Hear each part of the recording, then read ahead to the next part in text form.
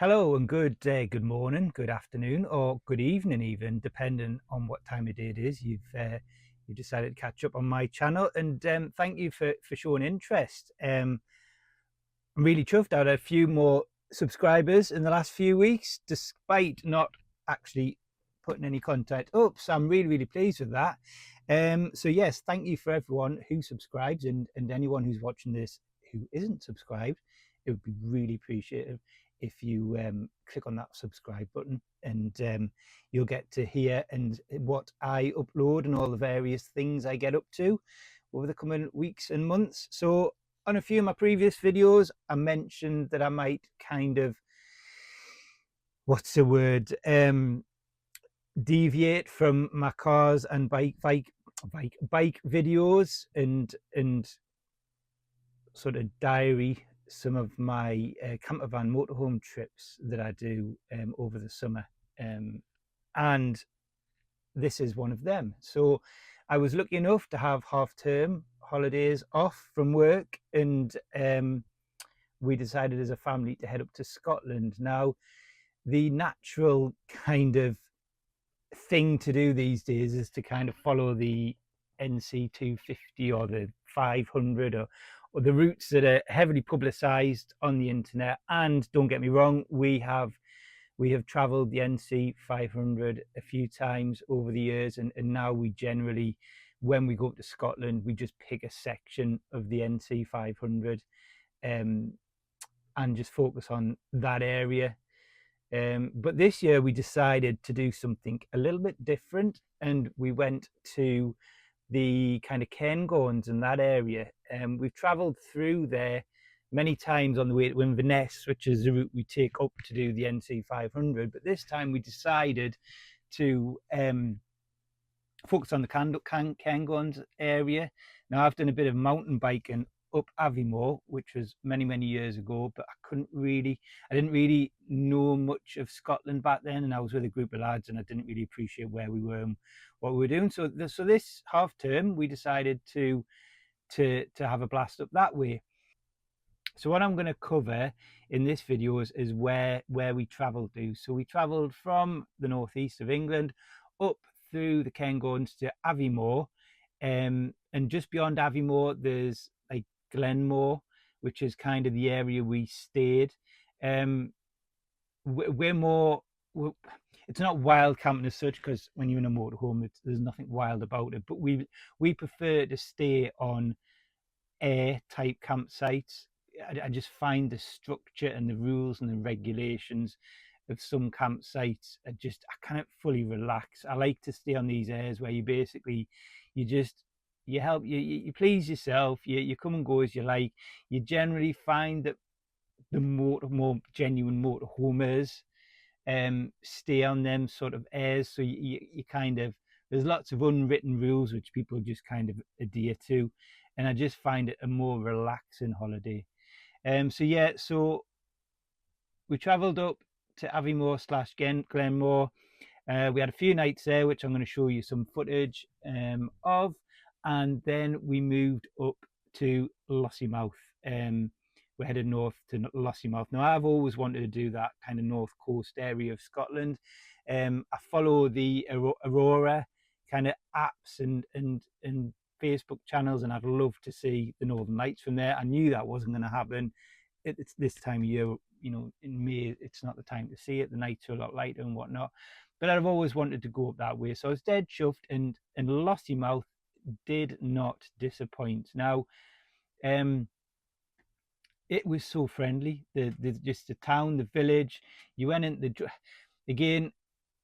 We've got a 6-year-old, so we have to kind of find the balance of staying in air-type campsites, but also having something that she can enjoy doing. So we had the 3 nights in the air at Glenmore, which is kind of owned and managed by the Cairngorms Mountain Park. I think what it is, and you'll see pictures, I think it's the old ski centres car park, and they've fenced it all off and made it into an air, and it's fab, it's great, it's got everything you need there. But we have to kind of mix them sort of campsites with places that also our little they'll enjoy a holiday too. So going back to Lossiemouth, you know, I'm going to show some footage after my little intro here, but it was so, you drove into, we weren't sure where we were going to stay, and you drove into the town car parks, and they had a sign up saying motorhomes are welcome to stay overnight, just one night, take your stuff with you and kind of respect each other. That's all it had, and that's what people did. And I've found sort of, you know, we used to have a camper van before lockdown, and then we moved on to motorhome afterwards. And I've found the attitude towards camper vans and motorhomes, especially up in Scotland, of kind of, some places are not as welcoming as they used to be, and I totally get that, because I've read and seen stories about the abuse that some of the towns and villages in Scotland got in lockdown and whatnot. So I kind of get it. And I know there's a lot of councils that are kind of welcoming motorhomes and into their car parks, and giving people facilities to be able to do that, which is great. But I do find some places you go to, the council might welcome you, but you don't get that same feeling of the locals that live around there. But Lossiemouth, lovely place. The high street, or the main street running through, it was amazing for me. It had one of everything you needed in life. So you had a co-op, you had an Indian takeaway, you had a Chinese takeaway, you had a fish and chip shop, you had a pizza place, you had a pharmacy, you had vets, you had one of everything. It's like Lossiemouth is a perfect village. It wasn't overrun by multiple takeaways or multiple this or multiple that. It just had one of everything, dead simple, lovely high street, and I loved it. So yeah, and what I found is, you know, the locals are really welcoming. I mean, when we first pulled up, the car park was almost overrun with motorhomes, and I was like, oh, how happy are they? You know, if they just want to take their dog for a walk or whatever, how happy are they having a battle to get parked in motorhomes? But never felt that at all. Further along the coast, again, I'll show you on the footage, there was a selection of kind of eateries, bakeries, ice cream shops. There was a pub. It just had everything, in a beautiful beach, and it had like two beaches. So where one car park we stayed for the night was, there was a beautiful sandy beach, and then, you know, we respected them and we moved on, and they had a second car park further up the coast, and we stayed there another night. But that beach was rocky and more rugged, but it had, you know, wildlife to look at, and the beach was basically on the end of the runway for the RAF base. So there was constant, you know, RAF planes going backwards and forwards training, which was really interesting for us to watch. But also with the mix of the beaches and the activity in the sky, the little one had a great time watching them as well. So Lossiemouth was brilliant. I love it. I'd love to go back there. Probably won't, because it's quite a long drive. But yeah, if anyone from Lossiemouth is watching this, thumbs up. You kind of seem to have a good mix of welcoming the tourists, you know, and kind of making us feel welcome, which, you know, lovely. And then after Lossiemouth, it was kind of getting 3/4 of the way through the week, so I had to start heading south back to Newcastle, and we stayed for a few hours on the end of a lock, which was Kenmore, I believe. Yes, Kenmore, got it written on my hand. Lovely spot. Again, I'll show you the pictures of where we stayed.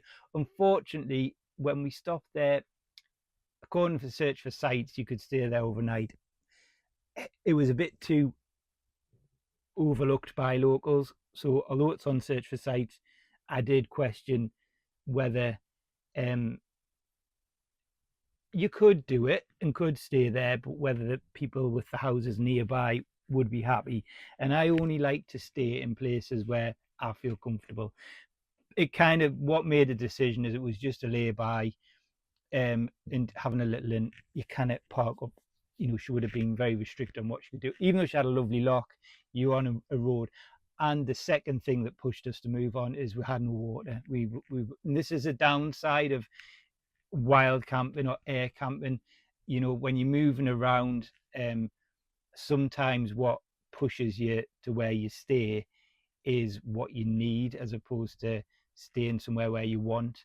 So, you know, we had no water for cooking and showering, and, you know, whatnot. So we had to move on. We did find another kind of farmer was offering, I think it was a fiver, and you could empty your van out and fill up with water and this, that, and the other, which was great. However, the water wasn't drinkable, so we couldn't really fill the van up from there. So in the end, we continued down and we stayed at the Trossachs. There's a visitor centre for the ferry, the boat that they do the tourist trips on, and they've got some bays where the motorhomes can stay, and they had water, but they had nowhere to empty the toilet. But because we'd emptied the toilet at the previous air, we kind of filled up with water there, but we were okay because our toilet was empty.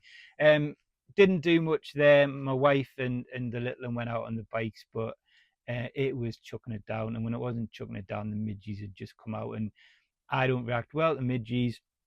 And I'm also a fair weather rider, and I got out my bike with them. We got a mile in, and I was soaking because I don't ride my bike in bad weather. I don't really have the equipment to back that up.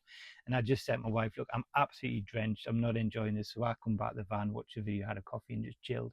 But yeah, there's a lovely viewing point, which again I'm going to show. My little one were playing Skippy there, and nice spot. It was great for a couple of nights, but I was ready to leave. Once the second night was over, and we had to head back. So we drove back from the Trossachs down to Newcastle back home, and that was kind of the end of our holiday.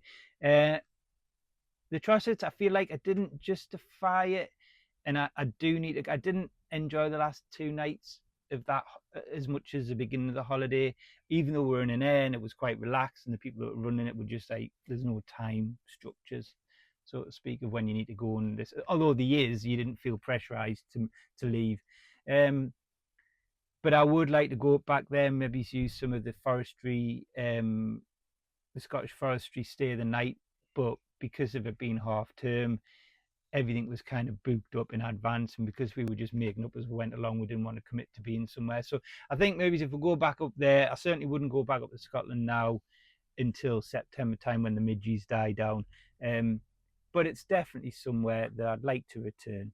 So thank you for sticking with us so far. I'm going to now show you the footage and what I've talked about and what I've taken, what I took while we were away.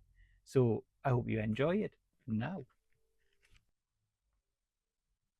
So we had the first night up at Spring Hill Farm campsite at Sea Houses. Lovely campsite, costs a little bit, but you get what you pay for. Really, really clean, lovely facilities for the kids, lovely facilities in general. Play parks dotted about. They had everything. The views were spectacular. You could see right to the coast in the field we were in. We were just in the kind of non-electric field. Had a lovely weekend, lovely night there. Daisy caught up with a couple of her school friends that were staying there for the night. So that's why we dipped into there just for one night. And then the next day we jumped in the van and we headed up to the Glenmore, the air at Glenmore, which is about 8 miles beyond Aviermore. Beautiful, beautiful air, just what we needed.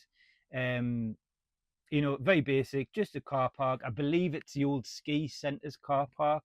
You book your £15 a night. You book your park and bay through the ski centre, their website, and you get a code to get in.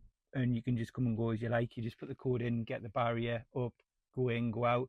They've got fresh water, drinking water. They've got somewhere to empty your grey waste. They've got somewhere to empty your toilet. Everything you needed to service a motorhome, 15 quid a night. We stayed there 2 nights. Thoroughly enjoyed it. Just what I like. Dead chilled, no one watching you. And the first day we went down to Glenmore, and Daisy had a great time on the beach, climbing on the rocks. Ducks following her. She had a lovely time. And again, this is what I'm saying, it's finding an air, but somewhere that you can get to for the kids to be entertained, and she loved it. She didn't feel like she was staying in a car park. There was so much to do. We did a walk from the air. It was only like half an hour, 40 minutes, just to wear it out before we had our tea. That's definitely worth doing. You get to see the lovely views. But yeah, as you can see, the air was about a 10-minute drive from where this is now. And also the ducks were getting in on the action. They were quite friendly, only when we had food, of course, and Daisy loved it. She had a great time. And then on the last night, we stayed at the air for 2 nights. On the last night, we just stayed at the side of the road, just down from the mountain biking slash sea centre. It was perfectly safe. Then we went to Lossiemouth. Like I've said in the introduction, the friendliest village in Scotland that I've come across. This was kind of the main kind of tourist spot where they had all the cafes and the bakery and the ice cream shops, fish and chips, a couple of pubs. Really, really nice. And as you can see, you'll just see the car park coming in where the motorhomes are parked. So you're right in it with everything. There's a lovely little inlet with a bridge going over it, and that gave you access to absolutely beautiful beaches. The beaches were just lovely sandy beaches with dunes in the mix as well. And it was quite nice watching the tide come in the inlet fill and obviously drain out. Really tidy, clean place. And then this is the other angle from the car park. So this is kind of, if you get out your van and have a look just next to where the car park, this is your view.